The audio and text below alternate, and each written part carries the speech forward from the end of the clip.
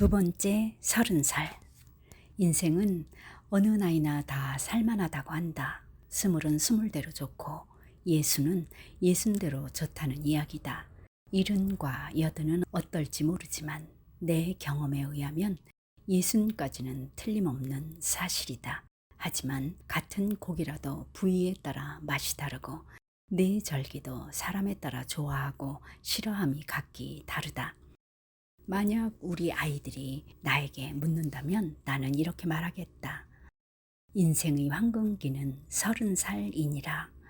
어떤 사람은 이팔 청춘을 찾지만 아무래도 나이 16은 너무 어리다. 두근거리는 가슴 하나만으로 무엇을 할 수 있겠는가? 그것은 감탄사 하나로 된 문장 같아서 느낌만 있고 주어가 없다.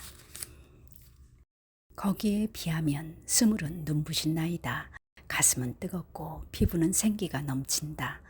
술 없이도 취하는 나이, 그것이 20살이다. 그러나 병 없이도 앓는 나이가 또한 20살인가 한다. 이 질풍노도의 계절은 불안과 위험을 동반한다. 문장으로 말하자면 주어와 서술어만 있고 목적어가 없는 문장이다. 옛날에는 15부터 관례를 올렸다. 요새는 20살이면 성년으로 친다. 감성의 조화를 기대하기가 어렵다. 하물며 생애에 대한 통찰까지겠는가. 육체적 성년은 어떨지 모르지만 한 인격체로서의 성년으로는 함량 미달일 수밖에 없다. 공자나 예수 같은 성인들조차 그들의 20대는 완전히 과로 속에 묻혀 있다. 공자가 스스로 섰다고 말한 것은 30살 때다. 예수도 마찬가지였다. 그는 30의 침례를 받고 비로소 복음을 전하기 시작했다. 내가 조사한 바로는 세계 명작 소설의 대부분이 그 작가의 30대에 이룬 성과라는 사실이다.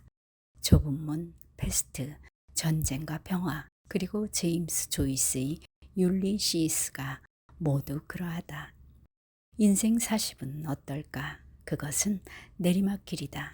실제로 배가 나오고 머리가 벗겨지며 요통을 호소하고 그리고 돋보기를 쓰기 시작하는 나이가 바로 40이다. 말하자면 빨간불이 켜진다는 이야기다. 카사노바의 정력도 40살부터는 날개가 꺾인 새가 되어 더듬거리기 시작했다고 스스로 고백했다. 내가 나이에 대해서 심각하게 생각한 것도 39에서 40으로 넘어가던 해였다. 40이 된다는 것이 마치 벼랑 끝에 선 것처럼 두렵고 허망했다. 섣달 금음날 저녁 나는 친구들을 불러 술잔치를 벌였다. 명동에서 시작한 것이 무교동을 거쳐 신촌에서 끝났다. 그러고는 신정 연휴 동안 내내 알아야 했다. 숙취 때문만은 아니었다. 젊으며 그대 마침내 떠나는구나. 독일 시인 휠덜리는 30에 자신의 청춘과 이렇게 이별했다. 그는 그 후 40년을 더 살았지만 정신착란으로 아무것도 의식하지 못한 삶이었다. 그는 청춘이 다했다는 사실이 슬펐고 나는 생의 절정으로부터 미끄러져 내려올 수밖에 없다는 사실이 슬펐다. 아무튼 그 후 50살이 되고 60살이 되어도 40이 되던 애 같지는 않았다. 30살은 물론 인생의 봄도 아니고 여름도 아니다. 30살은 분명 가을이다. 그렇다고 낙엽이 지는 계절도 물론 아니다. 30살은 그러니까 늦여름과 초가을이 만나는 그 얼음의 어디쯤이다. 초록빛 사과가 비로소 붉어지고 과육은 부드러워지며 신선한 맛과 달콤한 과즙이 고이기 시작하는 시기가 바로 이때다. 내가 만일 연애를 한다면 나의 상대는 결코 20살은 아닐 것이다. 아직 열리지도 않은 과일이 익기를 기다릴 만큼 젊지도 않지만 그럴 만한 인내심도 나에게는 없다. 여자 나이 20이 물오른 5월의 꽃나무라면 30살은 열매가 가득히 열린 가을 나무라 해도 좋다. 이제 더는 남자가 두렵지 않는 나이. 자신이 박자에 맞추어 스텝을 밟을 줄 아는 나이. 그것이 여자의 30살이다. 그녀의 춤추던 시절은 끝났다는 말은, 그러니까 30살을 두고 하는 말은 분명 아닐 것이다. 루브르 박물관에서 본 미로의 비너스는 분명 30살 여인의 몸매를 하고 나를 기다리고 있었다. 모나리자도 마찬가지였다. 인자한 모성의 구현상이라는 이 여인도 분명 30살임이 틀림없었다.